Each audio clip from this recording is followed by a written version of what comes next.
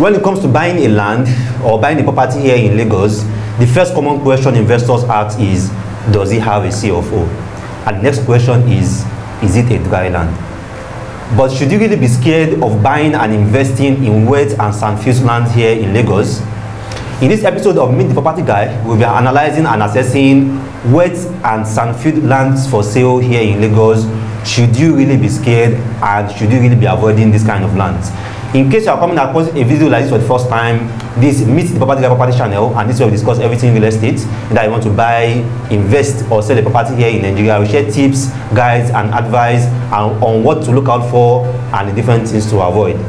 If this is your first time on our channel, after watching this educative guide, you can also go to our previous guides, previous videos, and previous episodes. There are a lot of topics that we have covered already, and you are going to learn a lot. And if you have been learning already from our channel, this is also another opportunity for you to finally subscribe and be a part of the Meet the Property Guy property channel. So let's go into the topic. Should you really be scared of buying and investing in wet and sand-filled lands for sale here in Lagos? Now, the first question is, why do people want a dry land in the first place? Now, the reason is simple. When you buy a dry land, the cost of construction and building on the dry land is far more cheaper. And in a lot of cases and a lot of scenarios, some investors and some property buyers have already have a bad experience with buying a property or building a property that is on a wet land, or that is close to maybe a swamp, a canal, and they don't like the experience. Maybe the house later started having defects, it started having flooding issues, water issues, the fence started cracking, some part of the house starts bending or sinking. So this makes a lot of investors to just shelve the idea of investing in any land that is a wet land, swampy land, or a sand-filled land. But considering the nature of the soil in most parts of Lagos, it will still be rare for you to construct in any part of Lagos doing a normal foundation. So ideally, regardless of how that soil look like on the outside, it's still very much advisable that when you want to construct, you do a raft foundation. Although building on a sand-filled land or on a wet land is going to cost you more, because likely you buy the land as a wet land, then you spend to sand-fill, then you spend more also on the foundation, on the raft foundation. Even just the cost of fencing that land can also be extremely huge.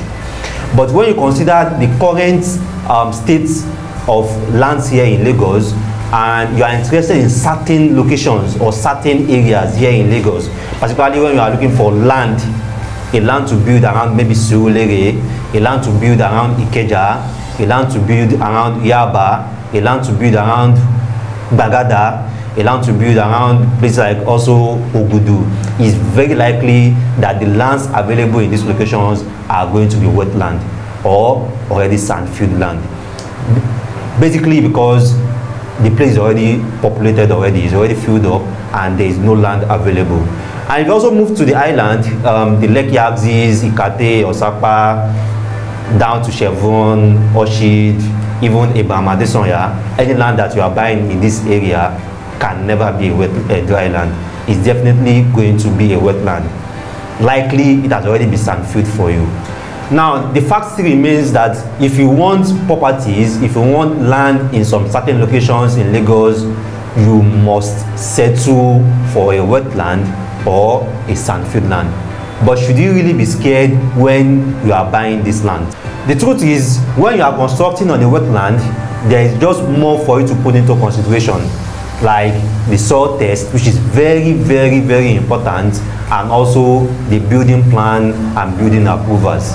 But there is no limit and no restriction to what you can construct on a wetland. There are several wetlands in Oneru, Lekki Phase 1, Ikoyi, even some part of Banana Island are land that are just recovered from the lagoon.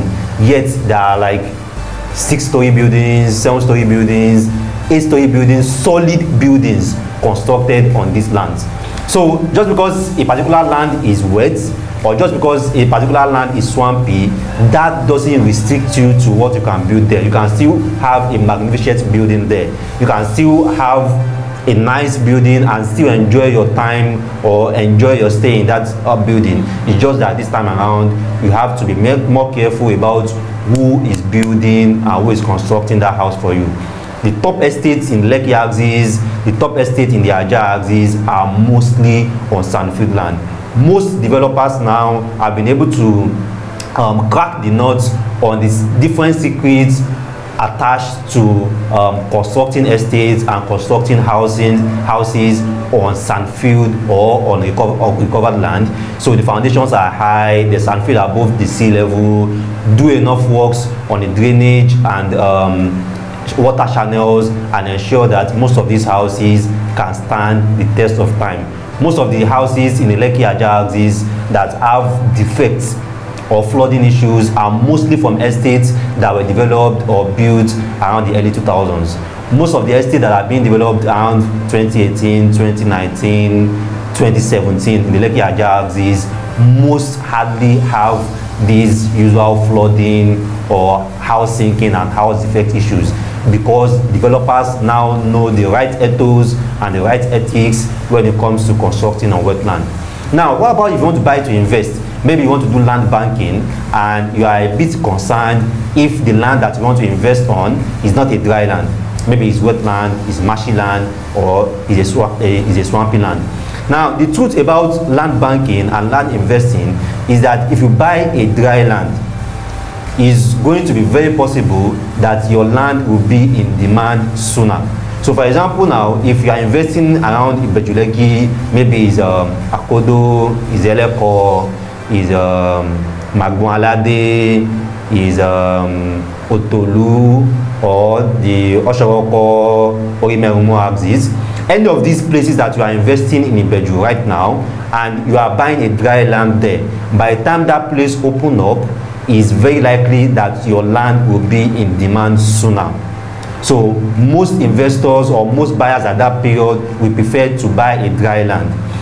But what's going to happen next is, as more and more people start buying properties in this axis and the population in that place also starts increasing, then available properties and available land will start shrinking.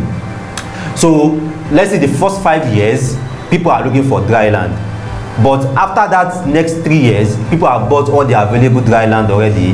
That means the next people that will be buying property in that axis now will be looking for wetlands, because that's the only thing that's going to be available. Why the dry lands were selling at maybe, for example, 5 million per plot? Because at that time, 3 years after, the dry lands are off the market and it's now wetlands that are available. Those people that have wetlands can jack up their price to around 10 million or even 15 million per plot, and people won't have a choice, they are still going to buy. A lot of people that bought Ikeja, the dry lands in Ikeja, some of them bought at maybe 10 million, 15 million or even 5 million per plot. But any wetland available now around Ikeja, Surulere, Bagada, Ogudu, 40 million, 80 million, 70 million per plot, even though it's a wetland or it's a Sandfilled land, because there is no more available land. All the dry land that were available have already been bought, and that's the only thing that is available. And people still need a property in that axis based on what they want to build or based on the commercial purpose that they are looking for. So which means that if you are investing in wetland or Sandfilled land for land banking, truly or truthfully, your property may not be in demand very fast, but you are going to be making a higher return on investment from buying that wetland or from buying that Sandfilled land. Because by the time you will be selling, most of the dry land are off the market, demand is high, competition is low, and you can jack up the price of that property as high as you want it to be. Now, the things that you have to take note of before you invest or buy any wetland or Sandfilled land is you first need to be sure about the nature of that soil. It's not all wetland that is swampy. So you can take a surveyor there. So some land are not swampy, they are marshy. A marshy land is different from a swampy land. Now, some land are not marshy, they are just waterlogged. So the different states of the nature of this soil will determine how much work you are going to do when you want to sandfill, and how much work you are going to do when you want to start the foundation on this property.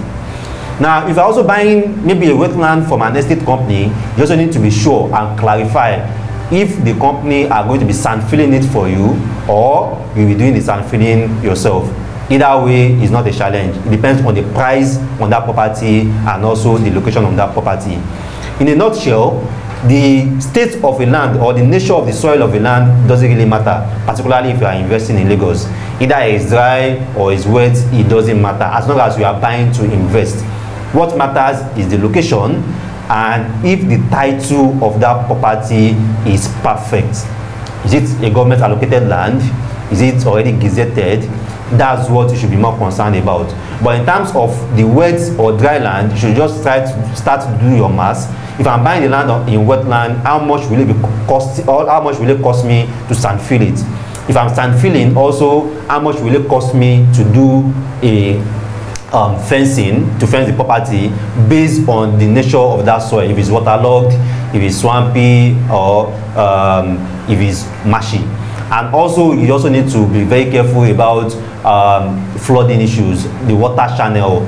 What's their plan on how to channel water in that location? If there is a canal around, there is a stream around, where they are going to channel most of this water to. But it's very likely that if you want some very premium properties here in Lagos, is going to be a wetland or a sand-filled land that you are going to be buying. So if you want to invest also here in Lagos and you want your property to also be very premium, then you should also ignore investing in wetland or in sand-filled land as long as the title is as legit as possible. So those are my points, and that's my advice in regards to when you have options, you have offers for a land that you want to invest in, but you find out this land is a wetland or is a sand-filled land. So as a property on the planet, your property advisor, your property consultant, Rabi Mustafa, if you have learned a lot from this video as usual, give us a thumb like. You can also drop a comment if you have a review or a feedback for us, and as well you can also share this video with your friends. Thanks again and see you.